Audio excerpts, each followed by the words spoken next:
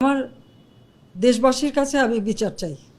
কি অপরাধটা কি করেছি যে এইভাবে, যেখানে আমি মানুষের ভাগ্য পরিবর্তনের কাজ করে যাচ্ছি, মানুষের জীবন মান উন্নয়ন করেছি।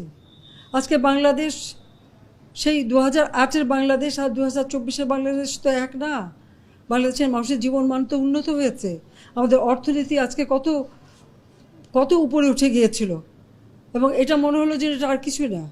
এটা আমাদের অর্থনীতিকে সম্পূর্ণ পঙ্গু করে দিয়ে বাংলাদেশকে আবার ভিক্ষুকের জাতি করে দেওয়া, এটাই বোধহয় এদের পিছনে ষড়যন্ত্র। সেটাই হচ্ছে সবথেকে দুঃখজনক, যে দিন রাত অক্লান্ত পরিশ্রম করে বাংলাদেশটাকে যখন একটা জায়গায় নিয়ে আসলাম, আজকে সেখানে দেখি এই একদিকে জ্বালা পোড়া সব কিছু।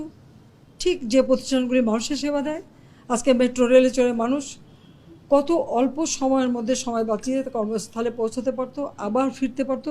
সেখানে ছাত্ররা, চাকরিজীবী, সাধারণ মানুষ সবাই তো যেতে পারতো।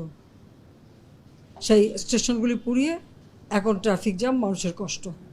আমি তো কষ্ট লাঘব করেছি, কিন্তু যারা এইভাবে আগুন দিয়ে পুড়িয়ে মানুষের সে কষ্টে আবার ফেলে দিল, তাদের বিচার দেশের মানুষকেই করতে হবে।